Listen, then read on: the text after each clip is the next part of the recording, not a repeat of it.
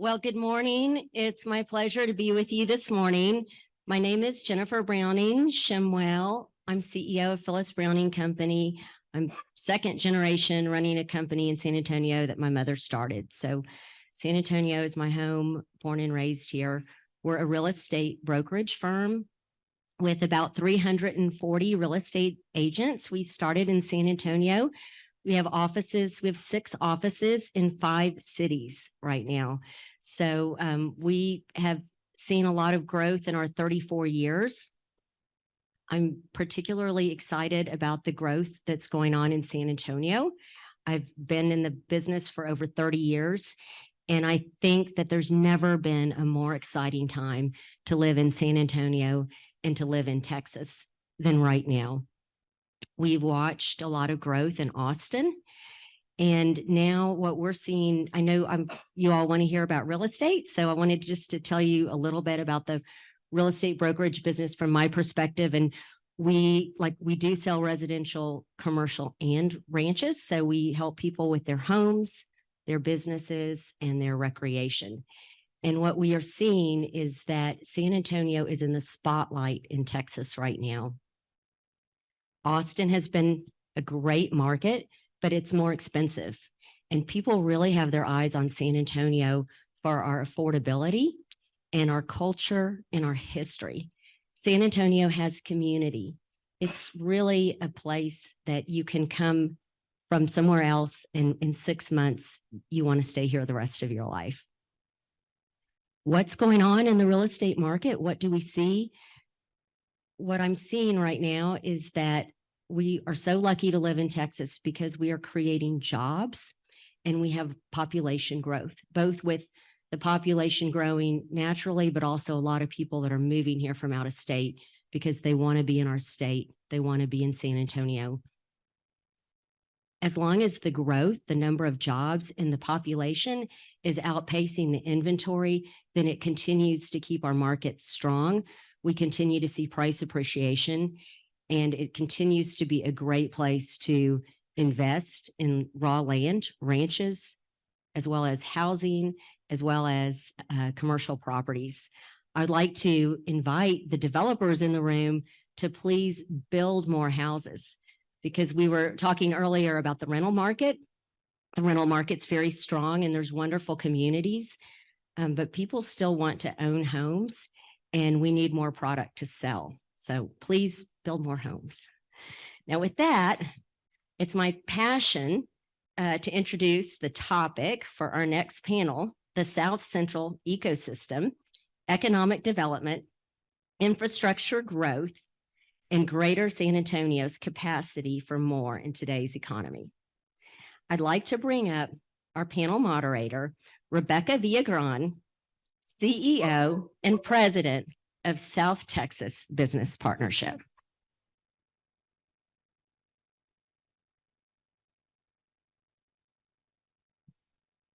Good morning, buenos dias. How are you all?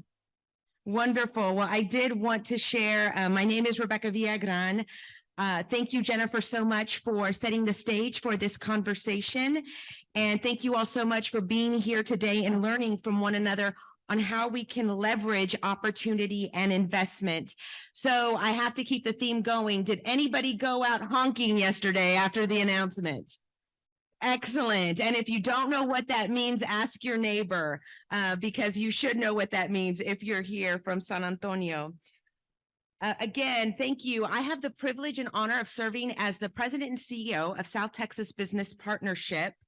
And on behalf of our board of directors, many of whom are here today, thank you, Capital Analytics, for having us here and your partnership. Our organization, we recently rebranded, and our goal is to stimulate sustained economic prosperity across South Texas through advocacy and collaboration. Some of our goals is to ensure a qualified workforce for our employers of South Texas, and to advocate for infrastructure investments that supports economic development in South Texas, and that we support programs, policies that would make sure that we can retain and recruit employees and people here in the South Texas region.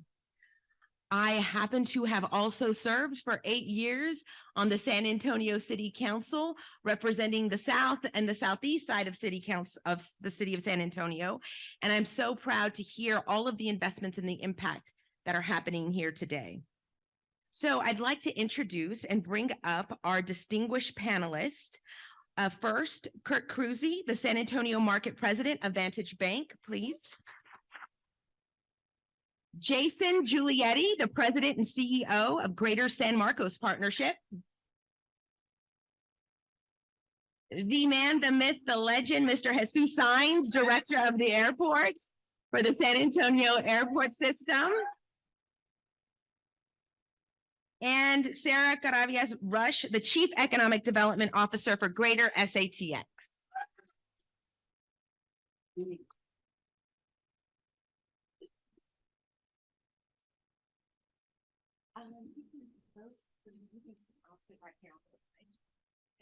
I'm going to stay at the podium for right now. I'm going to stay at the podium for right now, but thank you for all of our panelists as you lead and we have this discussion when it comes to the South Central ecosystem, economic development, infrastructure growth, and Greater San Antonio's capacity for today's economy. And in our first question that I posed to all of you, I'd also like for you to share a little bit about yourself, your organization, so our audience can learn more about you and what your organization does. Now, our first question, so the audience knows, we're going to be doing a little bit of setting the stage and looking back to see where we are now and then where we're going into the future. So first, for all of you, please, we'll start with you, Sarah. Considering the volatility of today's market, how has resiliency, the word we heard earlier, taken on a newfound importance when it comes to businesses and economic development strategies? Thank you and appreciate the opportunity to be here with everyone today. So I work as the Chief Economic Development Officer for Greater SATX. It's the Regional Economic Development Partnership here that represents the 8-county region of San Antonio. Absolutely delighted to be here. I actually just moved here from the Dallas area where I did economic development for the last 20 years and am thrilled to be in the San Antonio market. We are incredibly well poised and positioned for growth within this community, and I am just excited to be a small part of trying to make that happen. On your resiliency question, it's critical, right? I think if we learned nothing during the pandemic, it's about how to pivot. And so when you think about how businesses have to plan, how communities have to plan, we do have to continue to look forward. And I think that's the role of economic development organizations like ours. You know, businesses are in that that cycle of reporting out earnings and all of that. So we need to take that step back and as organizations advise the community to say, this is the trend, this is where we're headed, this is what we see coming, so that as a community we can respond and react to create that level of resiliency. Jesus, I'm going to jump to you to answer this question and share as well. Yeah, thank you. Jesus Saenz, Director of Airports here for the city of San Antonio, arrived just a little over 3 years ago, come via I-10 and a stop at Buc-ee's on my way here from Houston. But, you know, have always been enamored by, you know, South Texas and what it represents and what it is. I think as you talk about resiliency, from the airport and the airline industry perspective, it's taken an enormous hit. And you can't help but reflect on what we've had to endure when you look back to what happened in 9/11 and the impact that had on the aviation industry as it relates to the overall security of the airports and of the airlines. And then you fast forward into, you know, what happened with the recession in 2008, another enormous impact on the financial security of the entire industry. And then most recently, what we've had to endure with the COVID pandemic, another more on the health safety standpoint. But my gosh, I ask my team every day, how do we judge success? It's by aircraft taking off and aircraft landing. When that stops, nothing else really matters. So from the resiliency standpoint, I'll just share with you on the airline industry side, it's still very volatile. As we look at ourselves as who we are in San Antonio and who we represent, a medium-sized airport, longing at some point to be a large-sized airport. So, we moved in 2019, our record year, a little bit more than 10.4 million passengers. In 2022, another 9.4. Feel very confident that this year, based on the number of efforts and initiatives of a number of teams working together, as you heard Eric talk about the governance, and I'll share my questions. I'll talk a lot about governance, the strategy, and above all, the culture of who we are and what we can do as we continue to move forward. San Antonio International Airport's growing. We have a lot to be proud of, and I think a lot of what you hear from Leo are so many untapped markets that we haven't touched, whether you want to talk about the international opportunity that exists that we still haven't, gotten ourselves involved with, and then you can bring that back domestically. I'll just share with you a quick tidbit as we talk about resiliency. You look at the startup in a post-COVID era with purposeful intent of what we were doing. There was a strategy specific post-COVID to ensure that we started to take the airport where it needed to be taken towards, not on development, but on air service. We brought Spirit Airlines in, 2 destinations nonstop, 4 destinations nonstop, 5 destinations nonstop that went to LAX last week. That impact is close to $290 million in less than a year and a half of what we're doing. And we didn't touch the legacy carriers on that market share of the passengers that they're moving. We fully anticipate that we're going to continue to grow as we talk about the growth in populations, households, or jobs. That is a continuance here. The region is expanding. We too need to be ready for that. Kirk? Sure. Let me first say that I'm so glad I didn't wear mismatched socks or have my shoes that have holes in them. I thought I'd be behind a desk today. Thank y'all for coming. I'm with Vantage Bank. We are a community bank in all markets throughout Texas. We work with SMEs, small to medium-sized enterprises, just like our friends here at Estancia. Thank y'all for having us. Resiliency, I would say, when we work with business leaders as a commercial bank, what we're seeing are challenges these business leaders are plagued with, personnel challenges, labor force shortages, inventory shrinkage. There's been a lot of challenges there. And then just on land development, we have some of our apartment developers, commercial developers that have had the entitlement process take 3 to 4 years. And that's not necessarily always a reflection, of course, of just city politics, but just the challenges that I previously mentioned that cause a 3 or 4 year development strategy, 7-figure pursuit costs just to try to take down land. But the resiliency and the fortitude to stay on a project bears great fruit down the road. So we're seeing that. Jason? Good morning, everyone. So Jason Giulietti with the Greater San Marcos Partnership. We're a 2-county economic development organization just north in the corridor. So just north of these guys in SATX in Hayes and Caldwell counties. So giving you that regional perspective. We've been working for about 13 years. Myself, I've been in Texas only 5 years, but loving every minute of it. So it's been phenomenal and excited for the Spurs as well. Having been to several of those games and looking for a brighter future there.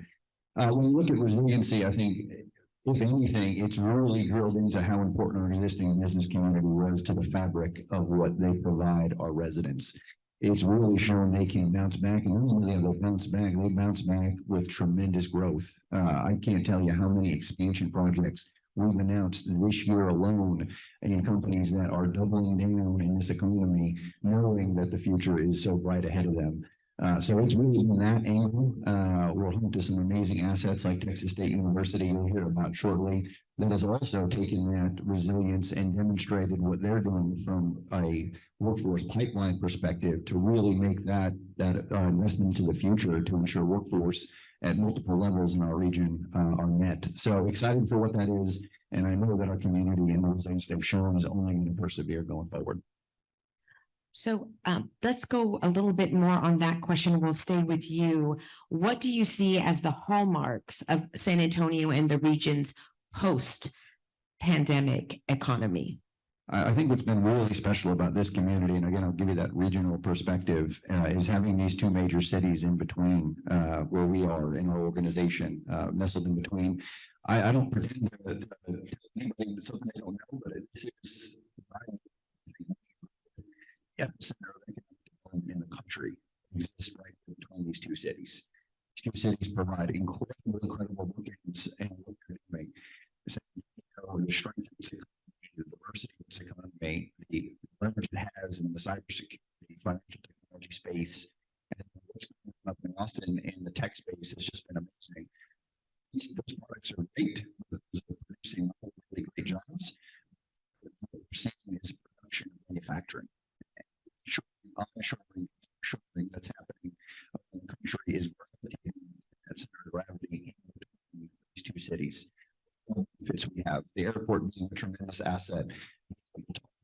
Airport access points to move product and ultimately provide larger scale investments with the infrastructure we have, and ultimately providing more jobs to the residents. Because we look at it, I know we alluded to it many times in this growth. The two counties, Hayes and Comal County, just to the south, are both within the top 5 for population growth in the entire country, and are projected to continue to be that way well into the future. So if you think of where people are landing and people are moving, not just from Texas, but both are a huge percentage of that population growth as well. We are going to be that destination for business, and we'll continue to see it. And the cities are a tremendous partner in ensuring that their growth only helps our growth in the region. Sarah, the hallmarks you see? Yeah, I think that's such an important point. You know, when you pause and think about Texas and what the economy of Texas looks like, it's the 9th largest economy in the world. If it were its own country, it would be the 9th largest economy. The Texas Triangle, which is Dallas, Fort Worth, down to Houston, over to San Antonio and Austin, makes up the majority of that economic activity. And so when you think about where we are positioned, we are right in the heart of that. I think the other really unique hallmark that is coming out of the pandemic is collaboration. And to this point of learning to work across and up and around this triangle, Austin and San Antonio are partnering in significant ways to drive forward legislative activities. But not only that, you think about the corridor that runs down into Monterrey, Mexico. And for this region, we are at the heart of all of that manufacturing activity that Jason just referenced. When you think about all of that is coming back onshore to the United States and to Mexico, and we are perfectly positioned to take advantage of that. Kurt? Yeah, I don't want to be in, there's been so much content today. I don't want to be an echo chamber of a lot of things that's already been said, but you know, Eric alluded to, I was just going to say, we're in very much an owner operator city, which differentiates us from so many other MSAs. I think Eric's stat was 90% of our business base is employees 50 or less employees. That's pretty telling. And, you know, we see the balance sheets, we see the financial results of these small to medium-sized enterprises, and it's been really encouraging to see how they've weathered this storm. I think some of the takeaways were in their stronger balance sheets is maintaining reserves, cash reserves, liquidity, just a healthier way to position themselves for these headwinds, arguably a recession on the way. And then secondly, just reduce leverage, very disciplined in that, sticking to their core competencies as to what got them where they were. I think there's just a heightened sense of discipline from a lot of the business leaders that we bank in our community, that they're very careful about positioning their balance sheet for some of these uncharted waters we have in front of us. Yeah, I would just add, I could talk on and on about the airport and what's there, but kind of looking at it a little bit differently. It's where opportunity is going to purposefully collide with culture here in San Antonio. As you listen to, you know, the resiliency piece of where we're at and what makes us a hallmark.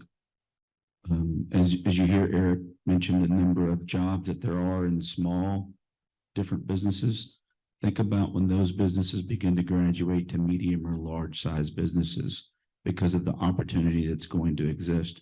And then the people that are here that represent those jobs and the impact that they're going to have on the growth and expansion here in San Antonio. I look at it as all of those people are going to have to fly at some point, right? So how do we make certain we bring them to the airport of choice, to San Antonio International Airport, and provide the airport being the economic engine for the city, the capacity for growth and expansion that's also going to attract not only businesses domestically, but also business opportunities internationally. That's going to really catapult and put San Antonio, as you have Dallas, spent many years in Houston chasing and fighting against Dallas. And then we have Austin, that is the shiny object right now, that doesn't have the #1 pick in the NBA draft. Well, and then you have us, which inevitably is going to be the next big city in the state of Texas, an economic opportunity for a lot of growth and expansion.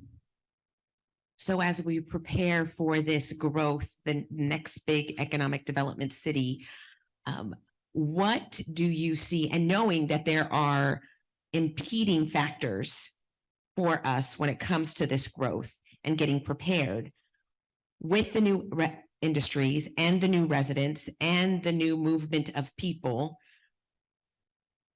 across South Central Texas, where do you see the greatest need for infrastructure development? And how are considerations, you mentioned this, Kurt, we'll start with you. You mentioned this about land availability. Where do you see the land availability, water, sewer, access, housing, transportation, and talent? How is that also playing a role in where people are landing? So what we know that there are going to be impeding factors, and what are the areas that we need to be looking at when it comes to infrastructure development? Sure. Well, I would first maybe address that with geography. I think, there's with land scarcity being a challenge that we have, our west submarket is primed for that. There's some land availability there. There's more and more workforce that direction. And I think that there needs to be more of a capital investment there, not only in the private sector from banks and capital, but also with our city working alongside other markets, and including Castroville in that area as we grow that way. We talked about BTR earlier. That's, by the way, is it BTR or BFR? I hear both interchangeably.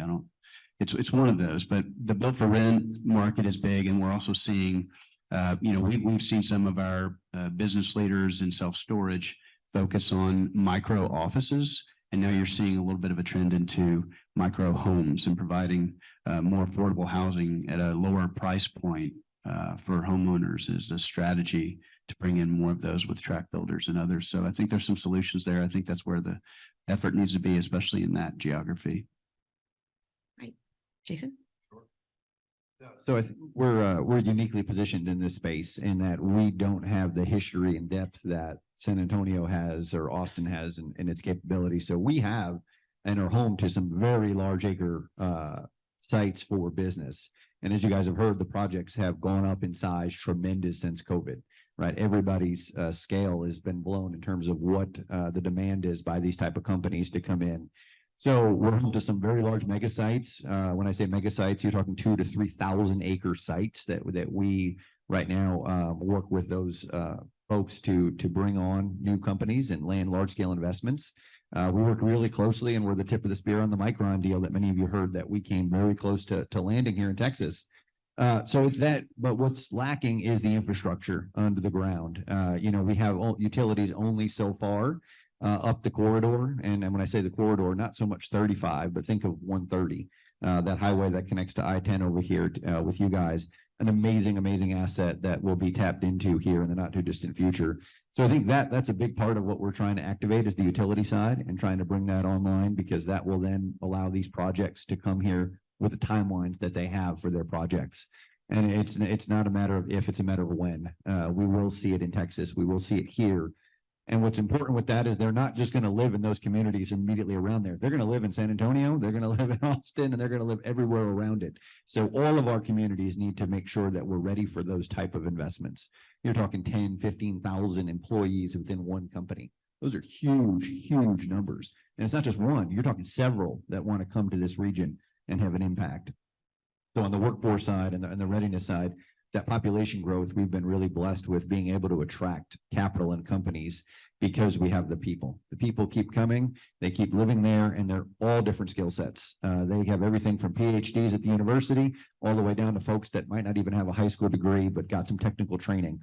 And those are the type of employers that are coming into the region that we're seeing at scale, not just coming in, renting 50,000 square feet. They're asking us for 1 million square feet, and we're having to build that as fast as we possibly can. Sarah? Yeah, I think I'm going to answer this question a little differently. We've well covered sites. We've well covered the airport. We've well covered talent and infrastructure going and supporting our universities.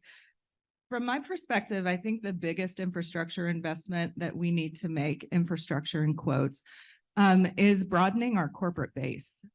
We have a number of companies, large companies that are carrying the bulk of our philanthropic efforts here in the community. They're being asked to do a lot, and small businesses need companies and businesses to sell to.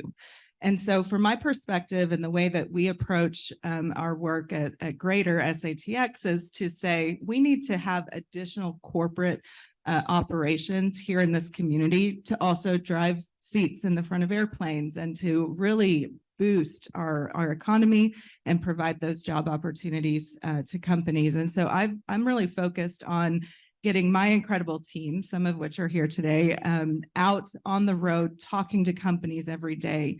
We've put out a massive goal this year to say we are going to engage with 1,200 new corporate leads. Companies that don't know today that they need to set up a new facility somewhere, but we want to get in front of them. We want to be talking to them. We want to be telling them the directional story of the San Antonio region so that we're driving more opportunity in the next 5 to 10 years. So that's it's a little different answer. Thank you. No, I think because we have been covering the workforce, the education needs, et cetera. And I'm going to give you a different question, Jesus. When we think about the expansion, the expanded airport, how will the expanded airport drive growth across the region? You mentioned it already a little bit, but what should businesses be doing today to make the most of the airport as an economic engine? So great question. As it relates to the expansion and growth of the airport, how can the community, how can the business community support the airport? I'm often asked this, what can we do to help you? And people are probably a little taken back by my response. And I'm like, can you stop making disparaging comments about the airport? Because it's really not that bad. If you want to go wait an hour and a half in line while you're traveling to the airport up north and you want to wait in that security line that's all the way outside the door, then go ahead, go do that. But from our standpoint, it's important that we continue to work together. The relationships that we have with Greater SA, Mark Anderson, or IPW is here in the next couple of weeks that we're going to be hosting a big conference with travel and trade. Those things are now starting to surface. My team is showing me a flyer about we're hosting the Airport Minority Advisory Council as well here in San Antonio. We just hosted Roots Americas, not for the US, but for the whole world, right? So we have people coming from across large regions, not just domestically, but internationally, that are now beginning to see and understand who San Antonio is. It goes back to the collision of the opportunity that exists here with the people that live here and the work that can be done with those opportunities that are going to exist going forward. With the culture that exists here, I think there's endless opportunity. The airport is moving from a 24-gate facility now to a 27-gate facility that's going to move really soon to a 30 to 32-gate facility with the expansion that you hear of where we're heading, with adding 17 additional gates to be ready for the future and everything that we're going to be doing That's just not domestically. Look at what's happening in Mexico, specifically in northern Mexico, and the opportunities that exist there. What is the opportunity for us to take advantage? Mexico has really grown up. We watch those people come in. If I give you numbers, you will fall out of your chair. If I were to ask you in 2021, did we have more international passengers than in 2018, our peak year? We were in the pandemic. Would you say we had more or less? Most people would say we had less. Wrong answer. We had more in 2021, the 200% growth. In 2022, 100% growth over 2021.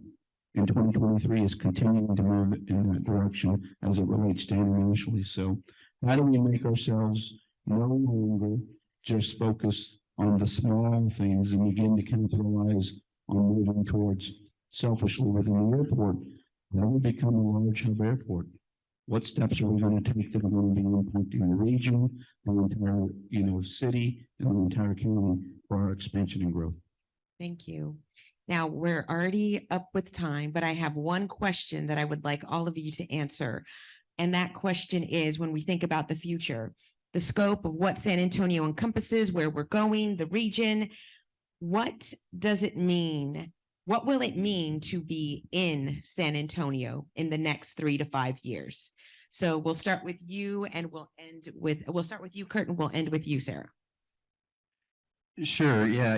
I'm no Nostradamus. I don't have the crystal ball, but you can't deny we're growing. If you look at any heat map, we've seen plenty of them. There's a massive in-migration of not only people, but businesses migrating to our market, not just Texas, but Central Texas, San Antonio. We're seeing it. I know everybody else is seeing it, and we have to expand our boundaries. And as we continue to grow, I think markets like New Braunfels, San Marcos, Bernie, Hill Country markets, Castroville, we're going to be having to work more and more. I think the term that was used previously was collaboratively as we cross markets. What that MSA will look like, I don't know in 3 to 5 years, but I can tell you we're going to have to really start these partnerships and grow in our relationships with these neighboring cities and MSAs to work together. They each have their own uniqueness, individuality, and they need to keep that and preserve that. But at the same time, we need to work together as our city expands. Jesus? Yeah, I think it's going to be the place to be. The shiny objects on the last so long. Everybody wants what they don't have. And I think we need to ensure that we're not the architects of our own misery as we continue to grow forward. And I mean, where else can you go find the best taquitos on West Avenue, or go to the Pearl and enjoy the elegance of what you see that matches up with the Riverwalk? I think it's a beautiful place, and I think we're going to be the envy of the state of Texas of what San Antonio represents. Jesse? So I honestly think we're going to be, when we say mega region, whatever, it's beyond that. I think you'll see, and I love the term MSA because I think we may surprise a lot of people, and this world may collide into one massive MSA between Austin and San Antonio, and talk about a powerhouse at that point. It would be truly unprecedented around the country to merge two cities and blend. It already is when you go up the corridor, when you look at what's there, but when we solve more of our transportation issues to get us back and forth faster, it's only going to expedite that connection and that growth. And I think we're just in the next couple of years going to blur that to a level we've never seen.